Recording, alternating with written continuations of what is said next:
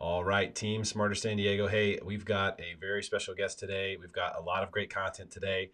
We might even have a stock tip today, which I'm not, tips are for waiters, but man, there is something that needs to be talked about. And thankfully, my good friend Bobby Martins is here. Bobby, what's up, brother?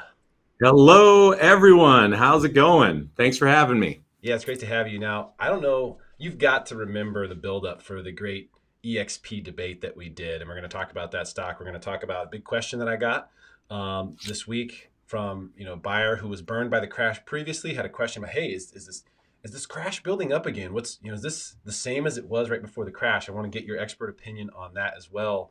But everyone is talking about EXP stock. The stock has gone absolutely bananas.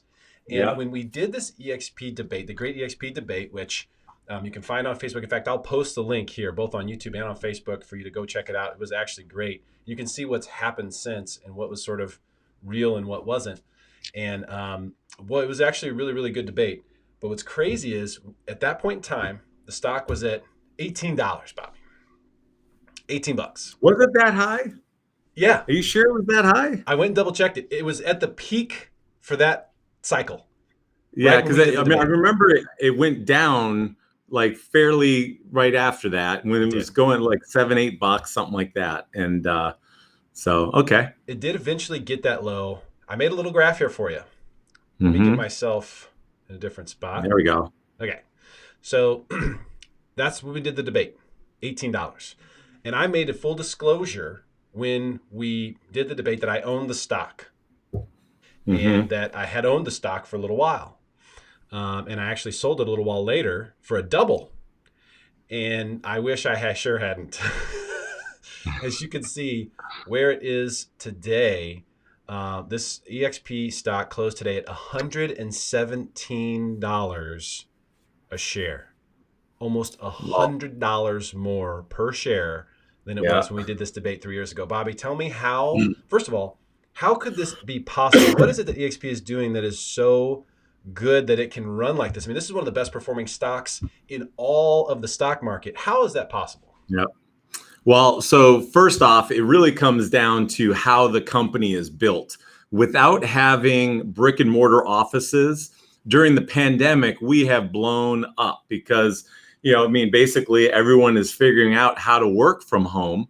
And so we got a lot more agents thriving in this environment. Our back office system is already set up for everybody working at home. And so it just has been really fantastic throughout the pandemic. And it's not just been the pandemic though. We actually hired somebody from Realogy, which is part of Pacific Sotheby's and a bunch of other big brands, Coldwell Banker, and so those companies have obviously blown up across the globe over the years. And so we were smart and we went and got one of those very, very smart guys that have helped them with that process. And his name is Michael Valdez. So give a big shout out to Michael, who's been amazing with our growth through other countries. So, we were struggling to get it open even into one other country. We were in Canada and we were trying to get into Mexico. And, then we brought on Michael and he takes us into 5 markets last quarter. He's taking us into another 5 markets this quarter. So that with the growth of the company, we're now at 42,000 agents. When I joined, I was right around the 7,000 agent mark, somewhere around there. And so, you look at that and you look at the growth over the years, the last 3 years, it's been like 200% year over year growth on sales and agents.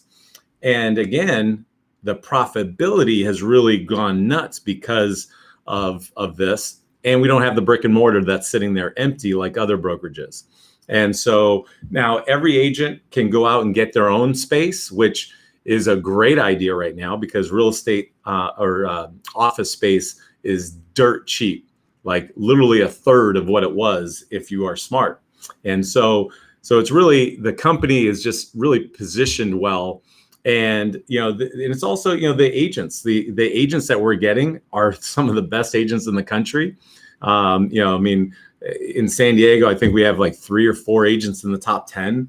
So it is a real company, and I think people are seeing that it's going to have that longevity, and it's just a really smart model. And agents can buy into the program as well. And I want to show you something.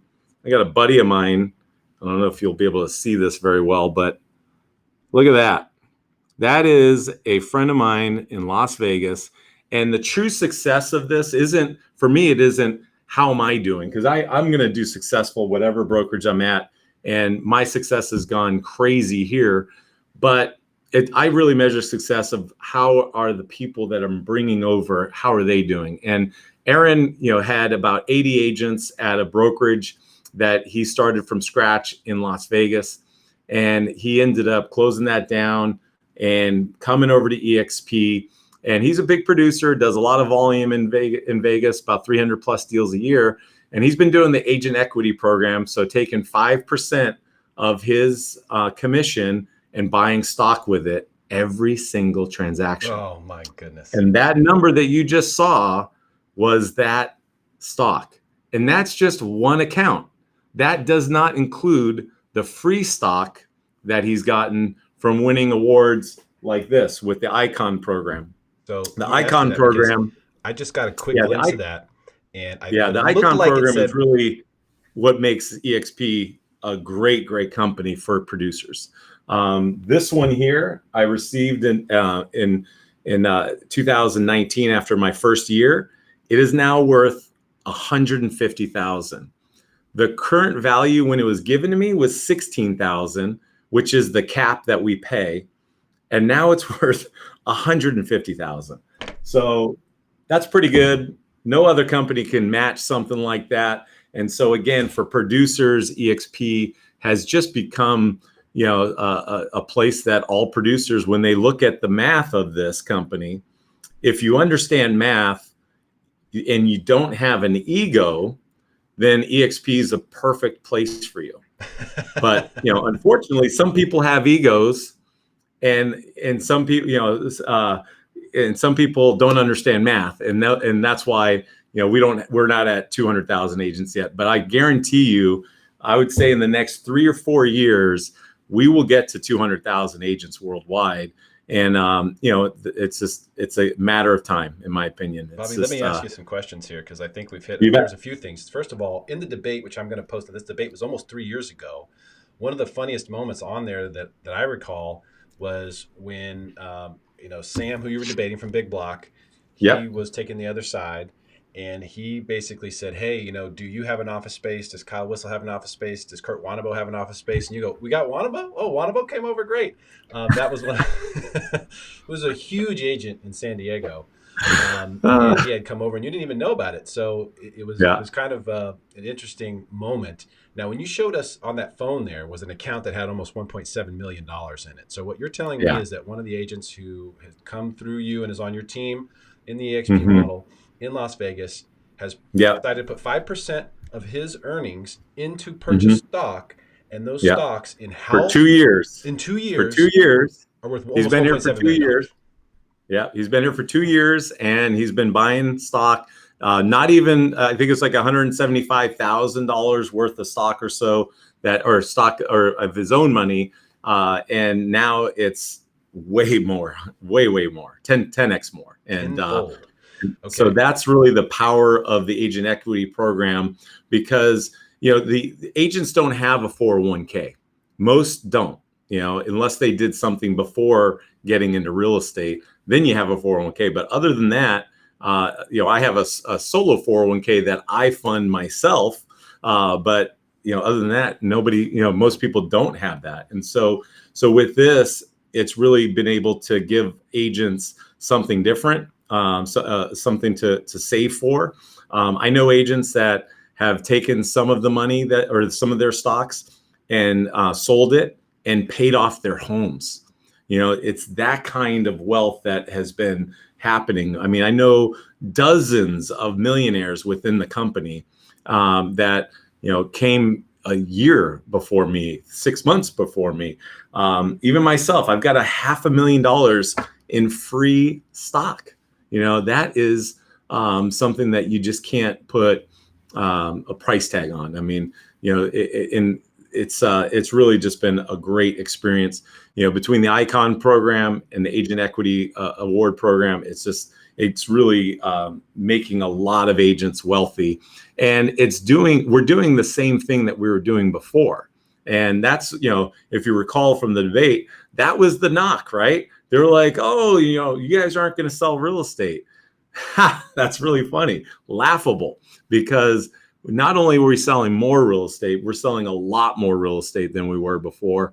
My team has grown from 2 agents to 15 agents here locally, and I'm in multiple markets all over the United States now, helping agents with their business and bringing agents across the country. And so it's been the most uplifting experience. It's basically, I put it like this.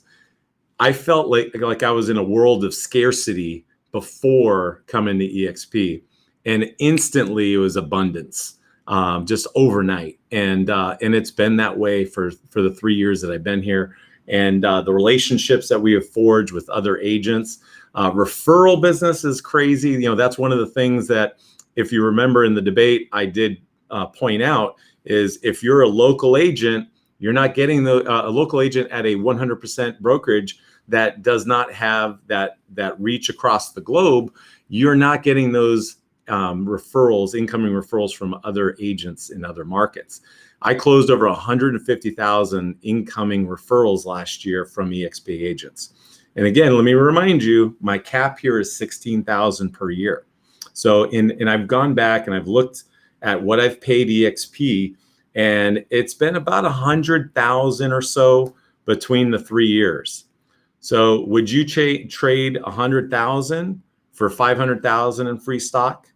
Would you trade that for the revenue share opportunities, which I haven't even gotten into, but it's paying for my mortgage, it's paying for my assistant, it's paying for leads, and this is, again, extra money that I would not have if I was at a different model. So and I think it's been great. And the other part too, that the last thing I want to say about why this company is growing, the founder, Glenn Sanford, is a genius. He is buying other companies that are helping us move forward and move upward as a company. And so that's something that I don't think you can take lightly. One of those companies is an IDX website company. And the plan right now is for us to compete with the likes of Zillow and Redfin and other online portals. And so coming soon will be an online portal for EXP. It won't be called EXP, but it'll be a consumer-facing website that will be amazing. So, and we can connect all of our MLSs. We are the number one or the largest brokerage by square footage across the North America. So we cover more land in North America than any other brokerage. So we actually can put all of our MLSs together, and that will create that website, and we will have more listings than Zillow or any other website out there. So awesome. Yeah, it's been fun, and I'm enjoying the heck out of it. I'm super glad that I made the switch. And Sam, if you're watching, thanks for doing the debate, man. You made me famous within EXP. They loved it, and in fact, the first time I met Glenn, the founder, it was at my first shareholders event in 2018, April 2018. And he actually walked up to me, if you can believe it, and shook my hand and said, "Hey, great job, Bobby. Or nice to meet you, Bobby." And I'm like, how do you know my name? He's like, "Because of the debate. You did a great job." I'm like, "Oh man," I'm like, "This is awesome." So I think I told you about that a while back, but it was like a month. But yeah, no, it's been a great ride, and it's not anywhere close to being over. I mean, we're only at 42,000 agents, so we got a long way to go. And the thing that people have to understand with our company is we are the client. The agent is the client. And that's what makes a lot of brokers upset, because the brokers used to kind of own the agents. And now there's somebody actually building a company to support the agents and to compensate the agents properly, because the agents do all the work. I mean, at any of the other companies I've ever worked at, they did zero. The only time they came into play was if there was a problem, which is very rare for me. So it was, this company is just a no-brainer to be at. And the other thing I want to mention too is, the other knock that a lot of people were talking about with the debate was the state brokers. Well, at the time we had one state broker. Now we have about 7, and the actual state broker, designated broker, Deborah Penny, who I absolutely adore and love. She is the smartest broker I've ever talked to, period, any company. She knows everything inside out about that contract. And so she's been a wealth of knowledge, and she responds to me within seconds when I send her a message. So it's been great. Super happy about the move. And now you got hundreds of agents in San Diego. And oh, by the way, in 2019, we won Brokerage of the Year in just our second year in the San Diego Association of MLS. So it's a good company. It's a great company, and I'm just happy to be here. So yeah, no, it's clearly doing something right for the stock to look like this. Yeah. Yeah. That means something is going very, very right. And so what I think that I'm hearing from you is that there's incentives where free stock is given to the agents for doing business. There's also incentives for agents to purchase the stock at a discount. And so this is sort of like, it's not really inside information. I mean, anyone who looked into it would be able to figure this out. But if you know that as a fact, and you know that there are growing agents, the agent count, and they're going to want to take part in this, you kind of have a built-in buyer base for the stock that everyone gets to build their wealth around. And that's huge, because most stocks don't have automatic buyer bases built into them. Yeah. Like this EXP stock does. Yeah. And some people say, oh, well, this isn't sustainable, but it actually is, because first off, the stock awards are not quite as big as they used to be. They don't need to be.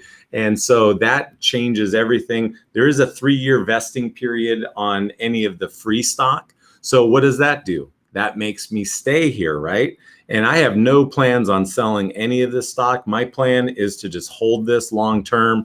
Oh, by the way, partly of why this stock is doing this right now is there's a 2-for-1 stock split coming. I think it's later this week or next week.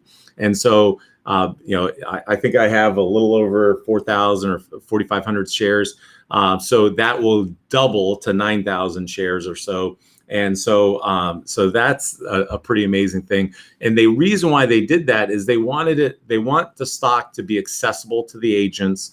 And so by doing that, for the people wanting to do the Agent Equity Award program, that allows them to be able to still buy the stock because it's not that expensive. And so, so I fully expect it to, once they do the split, it probably will go up to $100 again very soon. It's just one of those stocks that I think will, like you said, has the built-in buyers. And just think about this: we have 42,000 built-in buyers right now. Wait until we have 150 or 200,000 built-in buyers. That will keep the stock going. But that's not the only thing. I mean, we're getting attention from all kinds of people everywhere. People that really know the stock market. Jim Cramer made EXP a pick. Yahoo Finance this week called EXP a bull. It was a bull stock. So we're doing something that's very different. We're going to compete with Zillow. We're going to compete with all of these other companies out there. And I honestly believe there's going to be a massive consolidation in real estate, and EXP is going to be the company that really stands out at the end. I see Redfin, I see Zillow, I see EXP, I probably see Pacific Sotheby's and KW. A lot of these other companies, I feel like they are not positioned well to last for many reasons. But the companies that I just named, I feel like they will be around. They have some legs to them. So, but yeah, it's been great. Very happy to be here, and I'm thankful for you for hosting that debate 3 years ago. It was very helpful. Something I don't know if I told you or not, but I really had to sell Sam on doing it. I couldn't find anyone to debate you. Oh, And I know. it I took know. You weeks. called everybody out on Facebook and nobody stepped up. You know, we were supposed to do like a KW or a traditional brokerage, Yeah. not a 100% shop, but I was happy to do it because the way I look at it, you could either be 100% shop or you can be 100% plus shop like EXP because they're actually paying me to be here. They're giving me more money than I'm giving them. So you tell me if that can be done at any of these other brokerages. And the answer is no. Very few of them have the incentives to give to the agents. And so yeah, just it's pretty powerful. And the other part of it too that people don't understand is there's a lot of incentives to get agents to stay here the rest of their career. So it's not just the next 2 or 3 years. I'm stuck here for the rest of my career. I am unrecruitable, and that's a fact. I posted some comments up here in the broadcast so people can see what folks are saying. Hi, Gisela. How you doing? Is the 29th is the stock split. Thank you, Michael Penny, for that. Gisela there just talking about how that's my wife's birthday, January 29th. Happy birthday, Cheryl. There you go. Happy birthday, Cheryl. Gotta do the plug for Cheryl. And we've seen kind of what's happened over the last 3 years. Obviously, ton of growth. The stock has been amazing. A lot of people are still calling this stock a buy, by the way. It's still a buy rating almost across the board because you have these built-in buyers. So potentially a way to make some money. And Bobby, while I have you, I also want to tackle kind of a big question that came up this week and something that you and I talk about regularly. What's really going on here underneath all this stuff? What are the numbers telling us? What is the sentiment telling us? And I think that this is something that there might be a few people who are really kind of pondering this, like, hey, the market is on fire. Like this might be the hottest market that I've ever seen. And I remember in the early 2000s when we thought it was really hot. And then, last year came and was like, hold my beer. So, we have to look at this and go, okay, someone asked me straightforward, Derrick, I got burned the last time the real estate market crashed. And it kind of feels the same way now as it did then. Please tell me, talk me through how this market is different than it was back then. So I would love to get your thoughts on that, Bob, because I think that's top of mind for a lot of people right now. So it's completely different, first and foremost. So I started in real estate in 2002. So I got to see, it was right after 9/11. The market was dead for a little while when I started, and then it just kind of started taking off once interest rates went down. So I watched it from 2002 to 2005 and 6, just blow up. Well, 2006 in May, that was the peak when you look at the cost of a home, a median cost of a home in San Diego. It was 6% interest rates. So when you factor in today's interest rate, and compare it to today's median cost of a home, it's actually cheaper to buy a home today in 2021 than it was in 2006. So that's the first thing I tell pretty much any buyer who's just trying to figure out if they want to buy. So that's first and foremost. Secondly, are you going to live in the property for more than 5 years? Or are you planning on owning the property for more than 5 years? If the answer is yes, then it really doesn't matter what happens to the market in the next year or two. You're still going to be okay because if we do hit a dip, which we probably will at some point, it's hard to say when because rates are the lowest we've ever seen them of all time, and some experts, and I know you are one of them. And I'm not sure if you're predicting this, but I know many experts are predicting that rates will continue to come down. And there is no foreclosure crisis. Let's be very, very clear about that. Because the banks don't want to foreclose on people during coronavirus. They don't have the appetite to do that. So they're going to work with as many people as possible. And then the other part of that is, people have equity. So the reason why the market took such a bath last time is people had no equity. They were buying properties 100% financing, and they weren't just buying one, they were buying 6 of them. And so they were working the system, and it was a big joke, and real estate agents across the board were doing a disservice to a lot of their clients by putting them in homes they couldn't afford, Some lenders, not you, because I know you do a great job with your clients. Some were putting them into crazy exotic programs like negative amortization programs. That's the dumbest loan of all time. So you had the option one, option two, option three payment.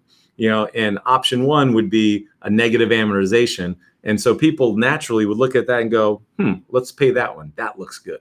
And so that was tacking on to their negative, negative to their balance instead of the opposite, which should have happened, which is paying down. So most people are in a much better position from a housing standpoint. They have the equity. They're not going to just blow that equity away and say, let me just get foreclosed on. That's not going to happen. So I don't see a big foreclosure crisis coming. I don't see short sale stuff coming. Never mind what you see from some real estate agents out there talking about doom and gloom, because if you remember about a year ago, actually about 11 months ago, when coronavirus started, we shut down the economy, and for about 2 weeks, I saw real estate agents across the board, not all of them, but a bunch of them, we're doing these ads, and they're going on Facebook and like getting people all scared. And it's like, that's not good. We can't be doing that. We got to, we can't predict the future. We don't know what is going to happen. But I actually put a video saying the opposite was about to happen.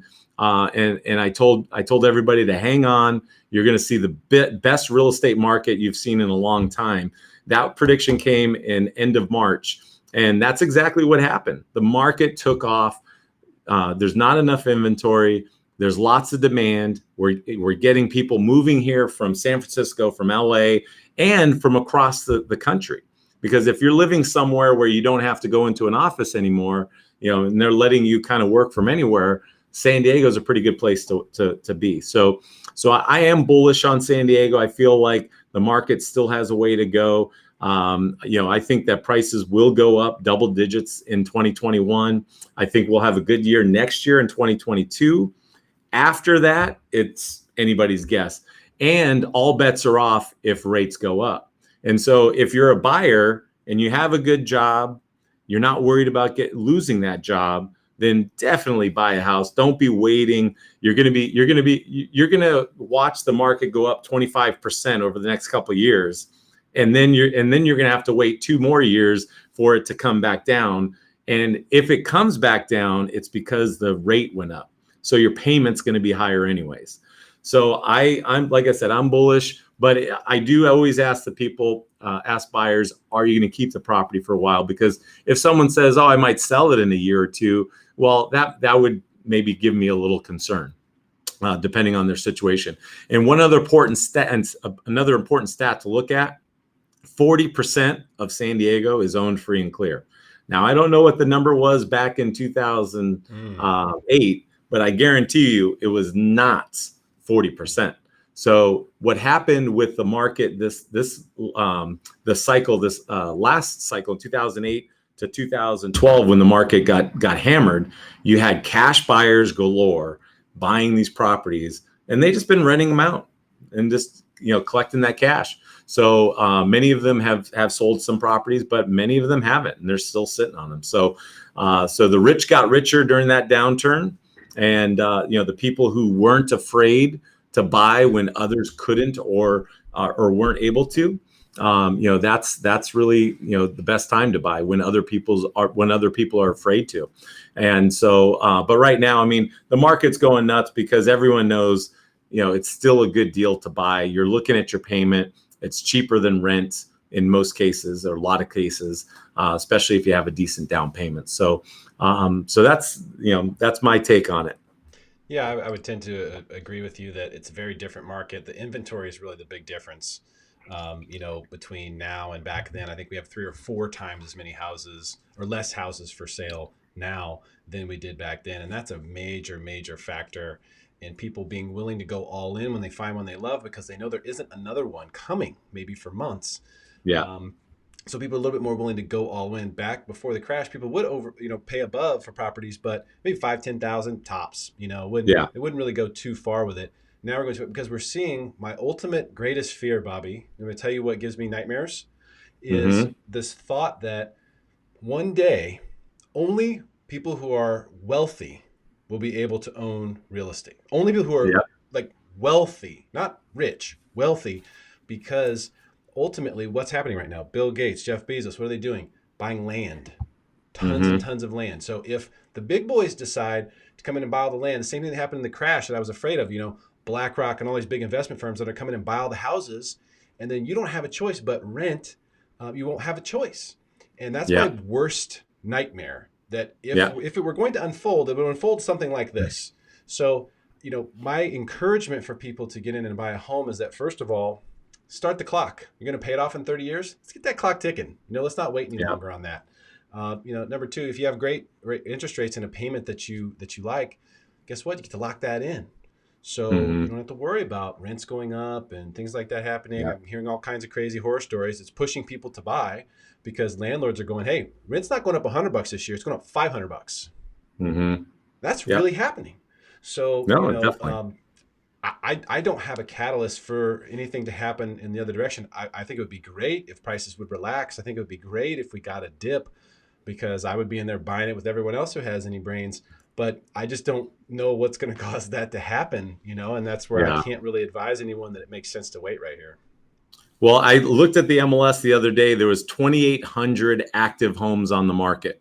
And Unbelievable. to compare that to a normal January, it's 5, 6,000, 6,500 for a normal January.